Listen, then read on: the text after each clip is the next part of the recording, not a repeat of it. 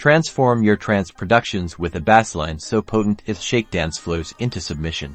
Today, we're diving deep into FL Studio to craft a signature progressive trance bassline that's both driving and melodic, the backbone of any truly epic trance anthem. First, let's load up a powerful synthesizer. Sytrus in FL Studio is perfect. For this, we'll start by selecting a basic waveform. A saw wave is a great foundation, giving us that rich harmonic content. Now, let's sculpt the sound in Sytrus. We'll focus on the unison section, increasing the number of voices and detuning them slightly will create a thicker, wider sound, essential for trance bass.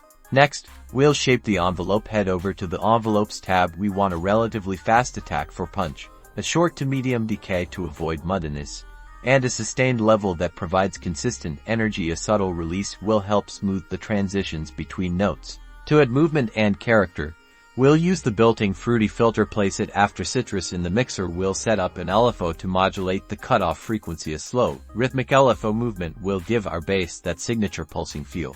Crucially, we need our bassline to sit perfectly in the mix. In the mixer, send your Sytrus channel to a new mixer track for processing. Add a saturator for warmth and aggression. Then, use an equalizer to carve out space. Roll off the subbass frequencies below 40 Hz to keep things clean and focused. Boost the mid-range around 100,000 to 100 Hz for punch, and gently dip any harsh, high frequencies. Finally, a touch of Sidechain compression. Route the kick drum to a Sidechain input on a compressor placed on our bass track. This will create that characteristic trance pumping effect, ducking the bass slightly with every kick hit, making the kick cut through powerfully.